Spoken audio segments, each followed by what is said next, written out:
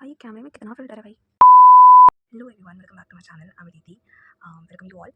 जैसे कि आप लोगों को पता होगा या फिर किसी को भी पता नहीं होगा, मैं इस साल बैंकिंग की प्रिपरेशन कर रही थी। मैं पिछले 2 साल से बैंकिंग की प्रिपरेशन कर रही हूँ और इस साल मेरा आईबीपीएस क्लर्क निकला है, जिसमें मुझे Punjab and Sind Bank allot हुआ है एंड मेरा आरआरबी क्लर्क भी निकला है। और कुछ दिनों पहले तक मैं काफ़ी ज़्यादा कन्फ्यूज़ थी कि मैं आरआरबी क्लर्क चूज़ करूँ कि मैं आईबीपीएस क्लर्क में जाऊँ। बहुत ही ज़्यादा कन्फ्यूज़ थी, मेरे पास वीडियो से पता ही होगा, but now I have finally decided. कल पंजाब एंड सिंध बैंक जो मुझे अलॉट हुआ है आईबीपीएस क्लर्क में, उसका कॉल लेटर आया डॉक्यूमेंट वेरिफिकेशन के लिए। भाई मैं छत्तीसगढ़ से हूँ, मुझे भोपाल मिला है। अब पूरे छत्तीसगढ़ वालों को मेरे ख्याल से भोपाल ही मिला है। सबको भोपाल जाना है सिर्फ 1 दिन के डॉक्यूमेंट वेरिफिकेशन के लिए। लाइक द तो मतलब I know I get it कि जोनल ऑफिस भोपाल में, but why is the zonal office in Bhopal? भाई छत्तीसगढ़ का छत्तीसगढ़ में रखो ना। अब इतने दूर जाना पड़ेगा। 10 घंटे का रास्ता समथिंग कुछ है। खैर एनीवेज़, अब बुलाया तो जाना तो पड़ेगा।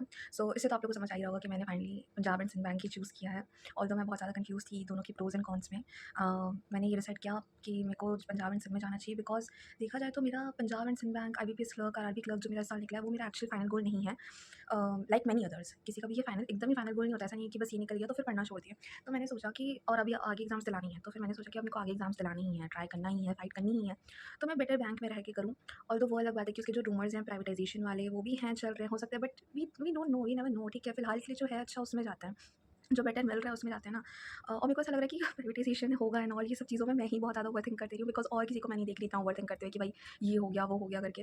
हो सकता है कि भाई, और वैसे भी ज़्यादा चांसेस यही है कि मर्ज हो जाए किसी बड़ी बैंक में, और अगर जब ऐसा होगा तो फिर it would be better overall ना, कि भाई और ज़्यादा बड़ी बैंक में चले गए अपन। बहुत मुश्किल से, मतलब मेरे को 0.37 मार्क्स से मेरा आईबीपीएस क्लर्क हुआ है, मुझे पंजाब सिंध बैंक मिला है। I am grateful for it. Okay, I am very very grateful for it. मतलब इतना लक से मिला है यार वो, सीरियसली। एनीवे, सो अब पंजाब एंड सिंध का आ चुका है। डॉक्यूमेंट वेरिफिकेशन के लिए जाना है। 8 तारीख के डॉक्यूमेंट वेरिफिकेशन हमारा। मुझे यहाँ से 6 को निकलना पड़ेगा ताकि 7 के मैं पहुँच जाऊँ, थोड़ा हम लोग चिल हो जाएँ, रिलैक्स हो जाएँ। हो सकता है कि हमारा भोपाल में आस-पास कुछ घूमने का प्लान बन जाए।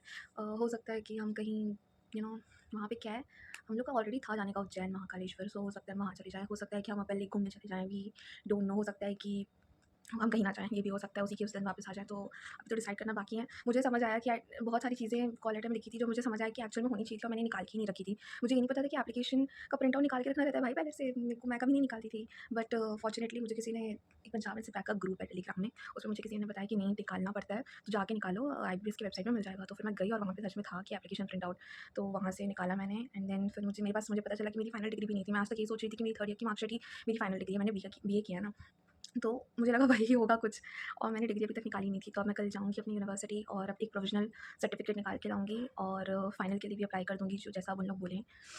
ऑल्सो अगर कोई और छत्तीसगढ़ से होगा जिसका पंजाब एंड सिंध बैंक में हुआ है, सो डू कमेंट। मैं अपना टेलीग्राम भी डाल दूँगी नीचे कमेंट में, पिन कर दूँगी, तो आप लोग उसमें भी मैसेज कर सकते हैं। अपन we can talk, I don't know, हम कुछ तो कर सकते हैं, मतलब कुछ तो एक दूसरे का दुःख बाँट सकते हैं कि भाई हाँ, रोना कर सकते हैं कि इतने दूर भोपाल जाना है अब 1 दिन के लिए, बस 1 दिन के लिए, 1 दिन की डॉक्यूमेंट वेरिफिकेशन के लिए। और जहाँ तक मेरी एलपीटी की बात है, मुझे पता नहीं है, मैं बहुत 50-50 हूँ कि मेरा होगा कि नहीं।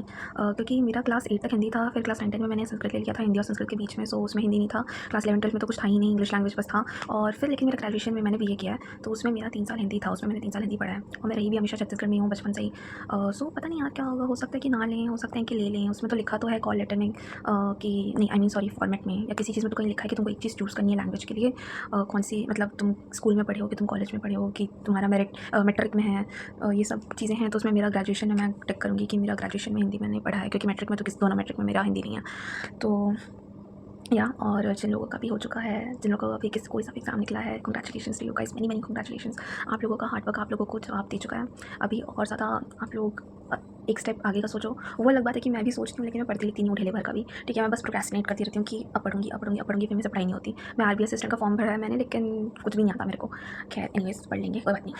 Always think positive.